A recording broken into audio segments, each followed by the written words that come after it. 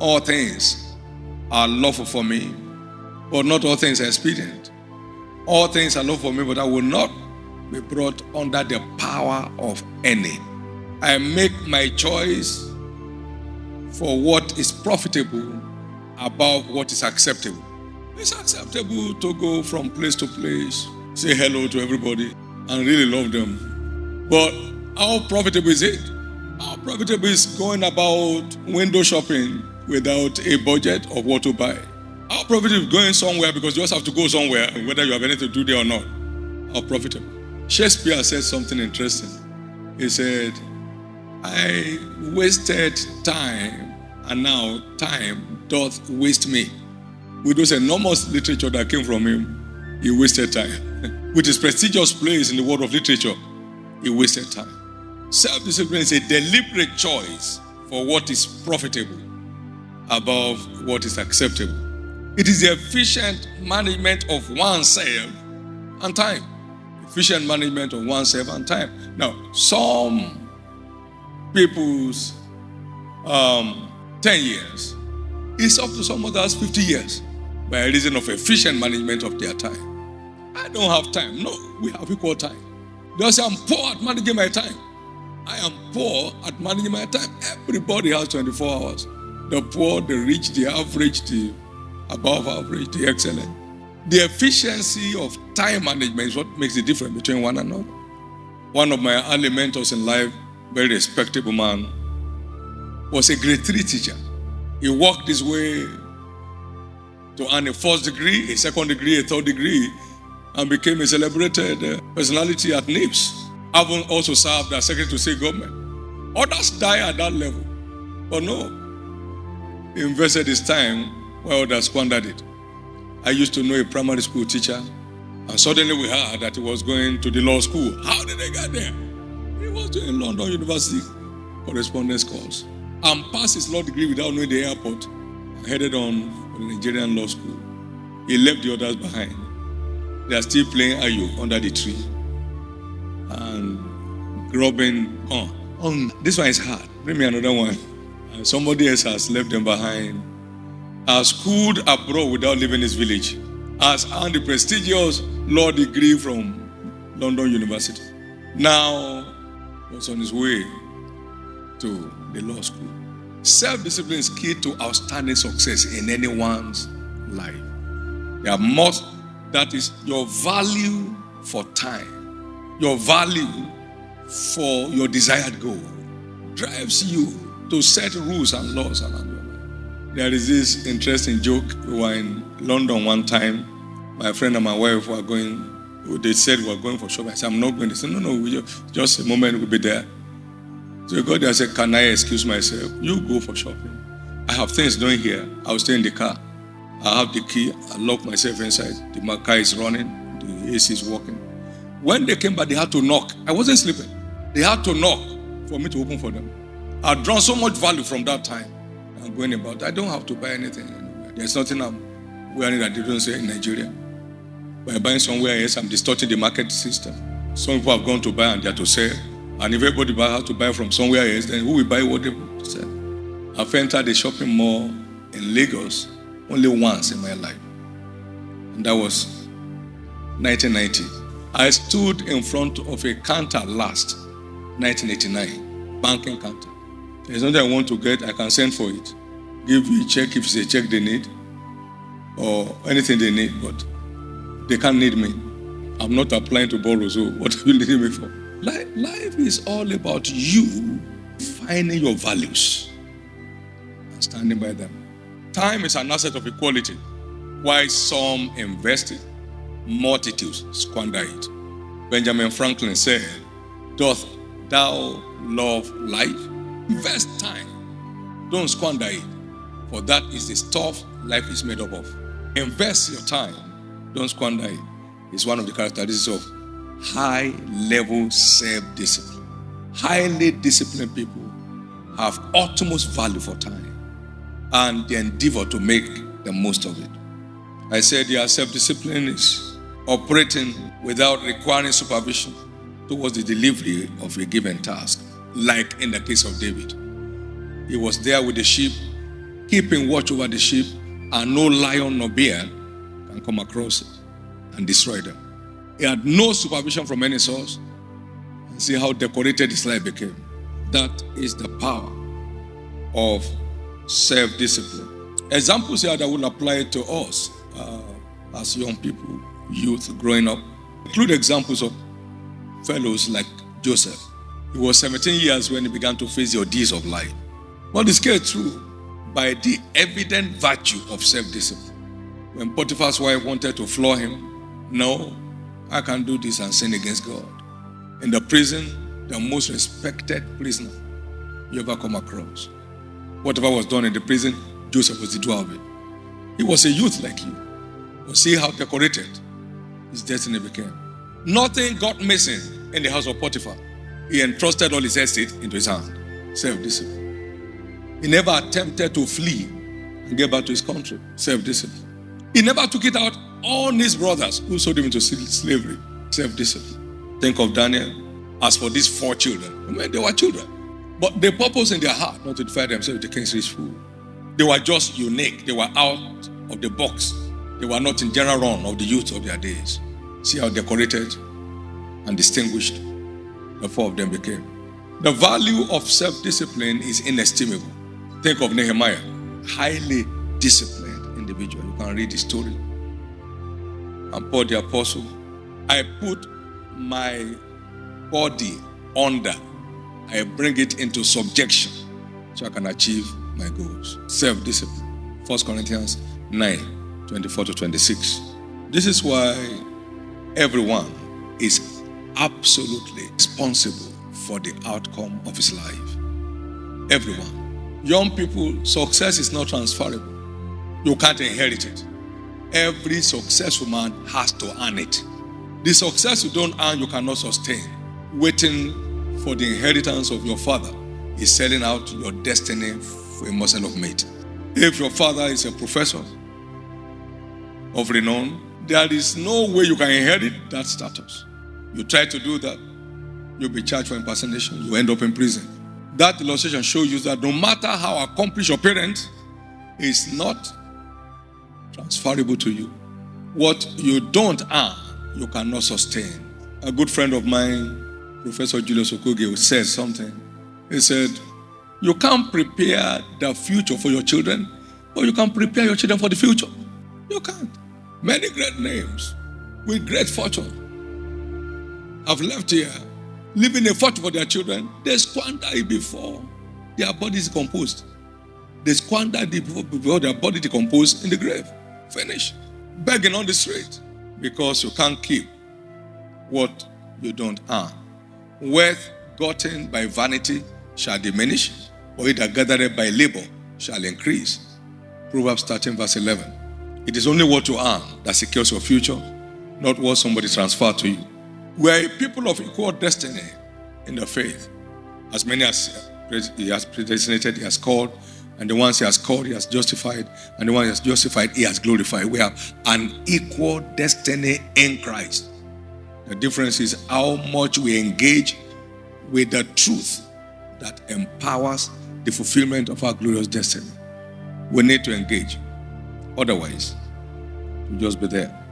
This is so important, and we must have to engage with this fact. Self-discipline is a requirement for outstanding accomplishment in life.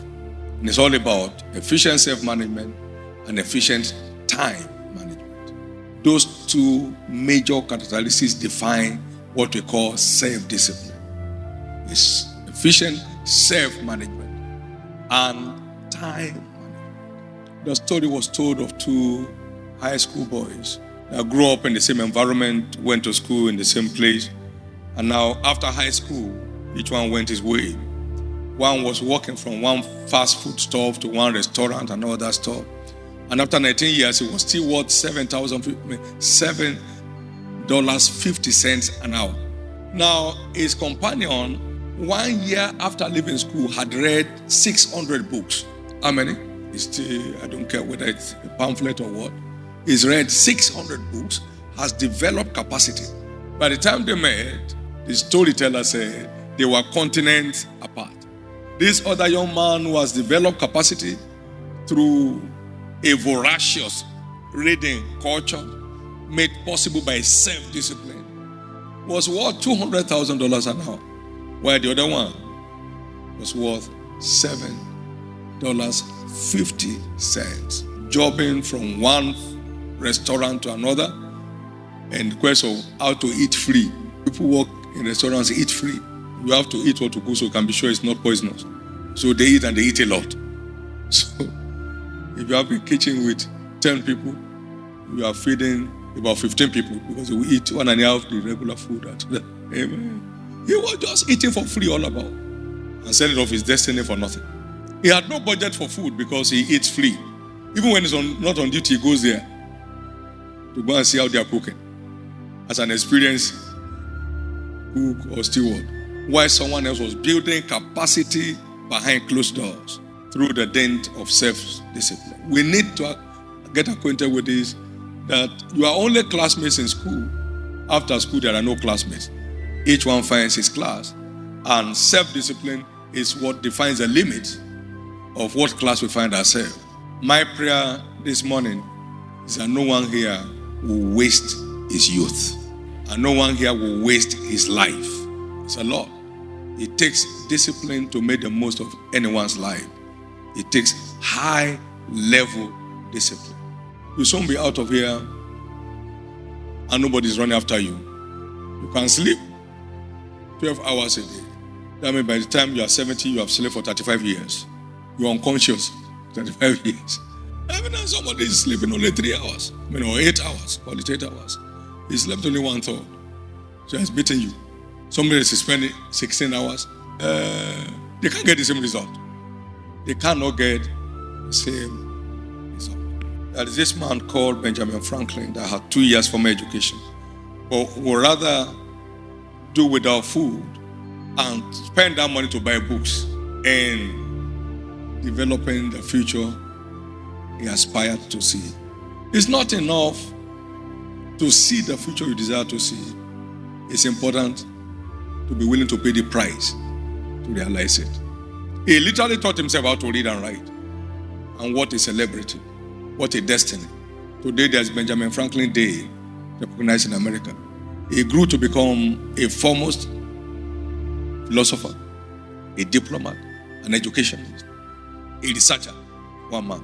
Michael Faraday was a lab attendant, developed himself to a point where he became the envy of his professor. Ended his journey recognized as a man of science. Great name, out of self-discipline. Anybody can make anything out of his life if he's willing to pay the price for it. The busier you are, the freer you are from the evil vices of the day. So, it goes beyond just accomplishing your goals. It protects your life from the devourer. Therefore, everyone must rise to take his destiny in his hand. We all know that a year is made up of only 52 weeks, and a week is made up of 168 hours. Now, 1 year, therefore, is made up of 8,736 hours. It's not that long. No one has 1,000,000 hours on earth, because 100 full engaged life is still less than 1,000,000 hours.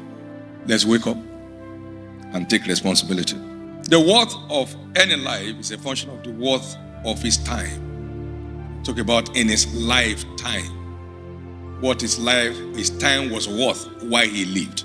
Quality time investors usually ends up as newsmakers.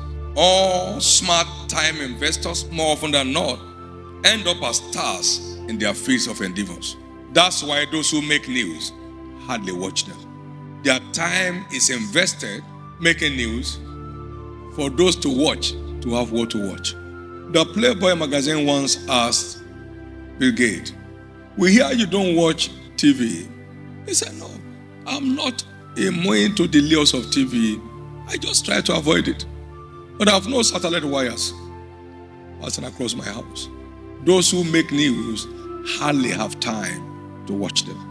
Their time is fully invested in making more news than those who must watch as their own calling in life. We have what to watch. In most cases, those who stay by the news hardly have their names mentioned. But they are there. Some even turn it on to go to bed. They wake up in the morning, maybe they want to ease themselves. What's happening in Spain again? in Senegal. What's happening? So, what time do you now think? Someone shot their phone in the night while they are asleep. Another will be on silence. So it can be interrupted 5 times, 6 times a night. Hello? Oh, wrong number. It's not necessary. There is nothing extraordinary on its own. It is man's extraordinary input that makes it so. There is nothing extraordinary. Just any dummy can be a success if he knows what it takes. That's what Zig Ziglar said. Just any dummy can be a success if it knows what it takes. One of my great teachers said, if you fail, it's your fault. And if you succeed, it's your fault. If you fail, it's your fault. And if you succeed, it's your fault. Every failure keeps blaming the successful. It's a lie, just using some other method we don't know. No. You think they work in the night for nothing? They're going for some meetings. That's why they succeed. Okay, follow them. You're an investigator. Follow them. Someone said success is a matter of luck. Ask any failure. That's his concept. He's just lucky. There's nothing there, Brother David is just lucky. Okay, be as lucky as him. Work the hours he works. Be focused as he's focused. You'll be equally lucky. The purchasing power of success is universal. There is no developed country that makes you a success. There's no that developed country that makes you a failure. It's paying the price anywhere you are. It determines your level of success in life. There is no underdeveloped country on this earth without successful people inside who help to keep life going for others who don't know how to make it happen. In every nation, there are money lenders and there are money borrowers. And the money lenders are not thieves. Thieves don't lend money out. They will ask, where did you get it from? No. So it's not about where you are, it's about who you are and who am I. There is no country of this earth where self-discipline will not acquire success. Access to the top is always at a cost. The top is open and free, but everyone has to make his way there. And the sky is so wide that no two balls ever collide. So nobody's success is the reason for anybody's failure. Nobody's success is the reason for anybody's failure. So stop getting angry with successful. Subscribe to the demands and you'll be as successful as whosoever may be. This is a choice to make, and it's a choice of the wise. He said, I lay before you life and death, blessings and cursings. Choose life. Deuteronomy chapter 30 and verse 19. Choose life. Choose life. Life, that both thou and thy seed may live. Choose life. Choose to be part of those that make things happen. Someone has said 5% of people make things happen. 25% watch things happen. They're entertained by the happenings. And a whooping 70% don't know anything's happening. And that's what you have today, the race of life. You'll find 22 people playing, and Wembley Stadium in London is 85,000 capacity, and 85,000 people watching. Yay! Oh, if I were the one, straight. Shh. That man has lost 2 goals. If I were there is no way I will miss it. Because when I put my leg, it will through the goalpost. Talk is cheap. So the fans are always more in the race of life. And life is a race. So that you should run the race that I said before you. Life is a race. But there are more spectators in every race in the field of sport. More. Your stadium, there are maybe about 7,000 people. If it's full, there will only still be 22 people playing. You can find it. So there will only be 22 people playing. Whether it's full to overflow and all that, it doesn't matter. Only the 2 people will play. They won't add more players because the stadium is large. Only 22. All the others, some will even tear their clothes like madness when their team loses a goal or misses a goal. No fan ever gets a prize. Are you aware of that? No fan has a name. His name is fan. And a fan is for fun. His name is a fan. He looks after his own hotel, pays his ticket for every game, and never returns with anything apart from sometimes a slap. By the time you are jumping and somebody next to you is his team that lost the goal, he hits you. He says, why are you jumping? Now decide either to be a player in the race of life or a spectator. Either to be a star player or a fan. The choice is yours. If I may conclude with this, the earlier you make your choice, the better for you.